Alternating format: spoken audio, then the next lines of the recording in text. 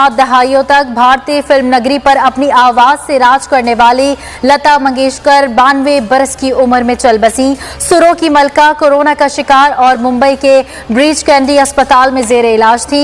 उन्हें गुज़िश्ता माह अस्पताल दाखिल किया गया था। लता ने मुतादिद जबानों में 50,000 से जायद गीत गाए। उन्हें भारत के रत्न अवार्ड से नवाजा गया। आखिरी रसूमात सरकारी एजाज के साथ आज 6:30 बजे शिवाजी पार्क में अदा की जाएंगी। भारत में 2 रोजा कौमी सोग, कौमी परचम सरनगू रहेगा। लेजेंड अदाकारा के गुलकारा के इंतकाल पर पाकिस्तान की शोबिज इंडस्ट्री का क्या रद्द अमल है, ये जान लेते हैं बोलिंग नुमाइंदे मुइन जुबैर से। पाकिस्तान की जो शोबिज इंडस्ट्री के लोग हैं वो इस वक्त काफी ज्यादा अफसरदा हैं, क्योंकि काफी बड़ा नाम है जो आज इस दुनिया में नहीं है।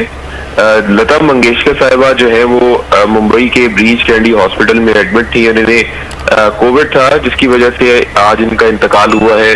गुज़िश्ता रोज ही भारत के अदाकारा रजा मुराद साहब से हमारी बात हुई थी, तो उन्होंने एक वॉइस नोट में ये बात कही थी कि साहिबा है, उनके लिए सब लोग दुआ करें, उनकी हालत काफी ज्यादा खराब है और डॉक्टर्स पूरी कोशिश कर रहे हैं कि उनको किसी तरह उनकी जो तबीयत है वो नॉर्मल की जा सके, क्योंकि कोविड की वजह से उनको आईसीयू में इसलिए रखा गया था कि उनकी एक तो एज काफी ज्यादा थी और होने की वजह से उनका जो ख्याल है वो ज्यादा रखा जा रहा था।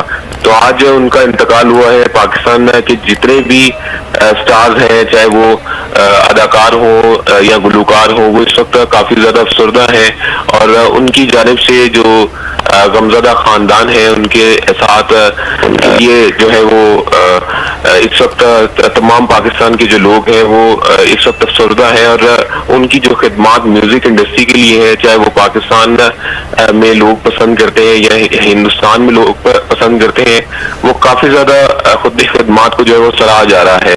अली जफर की तरफ से भी लता मंगेशकर साहिबा के इंतकाल पर जो है वो उन्होंने यही कहा है कि एक बहुत बड़ा नाम है जिनको सुनते हुए वो खुद पाकिस्तान की म्यूजिक इंडस्ट्री में, तो आज एक बहुत बड़ा नाम इस दुनिया में नहीं रहा है, तो ये इंडस्ट्री के लोग पाकिस्तान की काफी ज्यादा अफसरदा हैं। इसी हवाले से बात कर लेते हैं। एडिटर इन चीफ नज़ीर लगाई साहब हमारे साथ मौजूद हैं। लगाई साहब, अफसोसनाक खबर है ना सिर्फ भारत के लिए बल्कि पूरे बरसगीर के लिए, एक अच्छी गुलकारा अब इस दुनिया में नहीं रही। जी, ये एक पूरे अहद का जो पिछली एक सदी पर कुदरत ने जो एहसान किया था वो एहसान उठा लिया है। लता मंगेशकर की आवाज़ और लता मंगेशकर पूरे बरसगीर के लिए और पूरी दुनिया के मौसीकी सुनने वालों के लिए एक बहुत बड़ी आवाज़ और कुदरत का एक बड़ा एहसान थी। अब हमारे दरमियान नहीं रही हैं। एक पूरे अहद का साथ जिस दौर में हम रह रहे हैं, उस दौर के एक बहुत बड़े इंसान का उठ जाना हमारे लिए हमारे पूरे अहद के लिए एक बड़ा सानिया है। ये किसी मुल्क का हादसा नहीं है, ये सिर्फ भारत का नहीं है, बल्कि ये पूरे बरसगीर के तमाम मुल्कों और बरसगीर के अलावा उनकी आवाज पूरे सहाराए अरब में गूंजती थी, उनकी आवाज सेंट्रल एशिया में गूंजती थी, उनकी आवाज यूरोप में गूंजती थी, अमेरिका में गूंजती थी। वो दुनिया भर में उनके सुनने वाले थे और पूरी इन्होंने बहुत कम उम्र में गाना शुरू किया था, तो एक 80 साल तक और 80 साल से ज्यादा, यानी एक सदी जो है वो उनकी ही सदी थी। ये लता मंगेशकर की सदी थी, लता मंगेशकर की आवाज की सदी थी। लता मंगेशकर नूरजहां की बहुत इज्जत करती थी, मेहदी हसन की बहुत इज्जत करती थी। लता मंगेशकर ने कहा था कि मेहदी हसन के गले में भगवान बोलता है।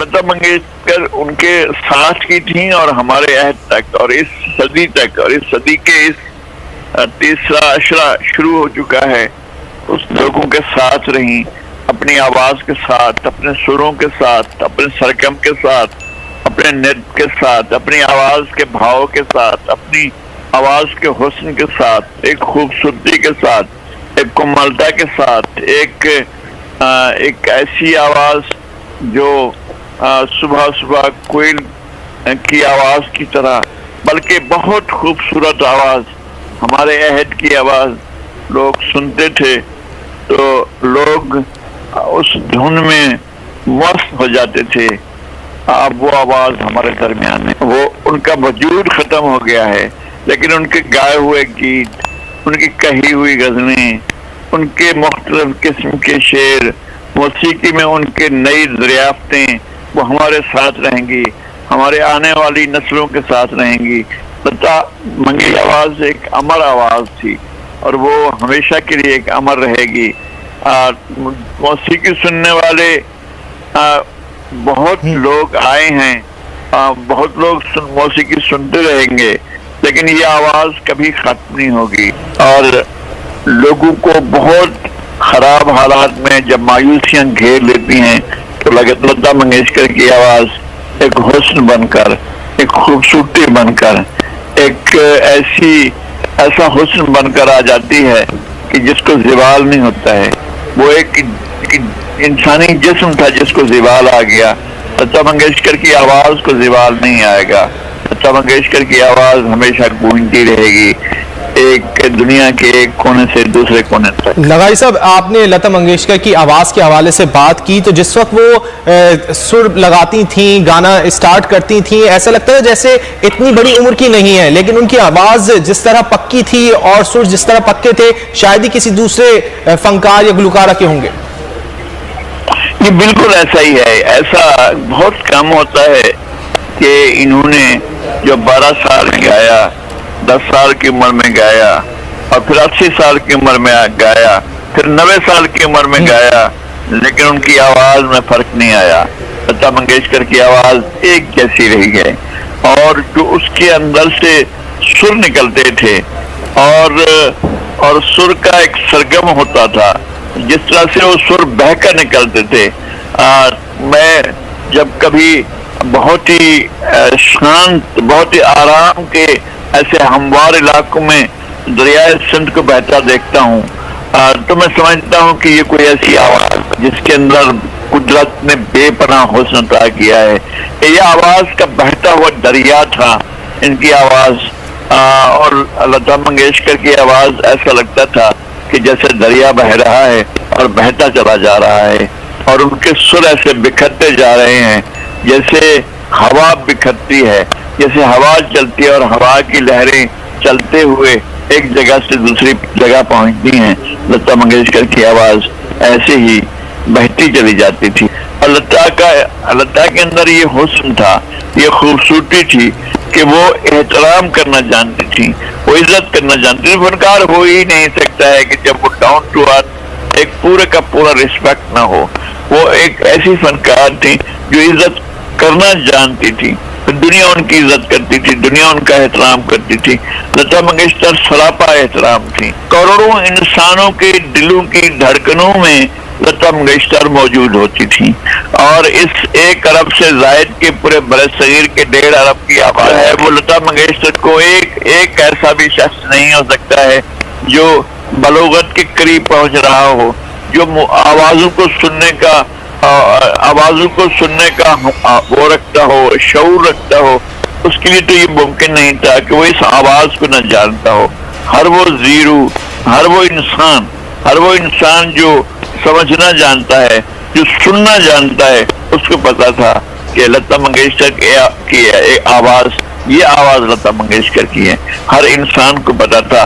और 1.5 अरब इंसानों में इस पूरे रीजन में, साउथ एशियन रीजन में, वो कोई ऐसी जगह नहीं होगी, कोई ऐसा मकाम नहीं होगा जहाँ लता मंगेशकर को न जाना जाता हो।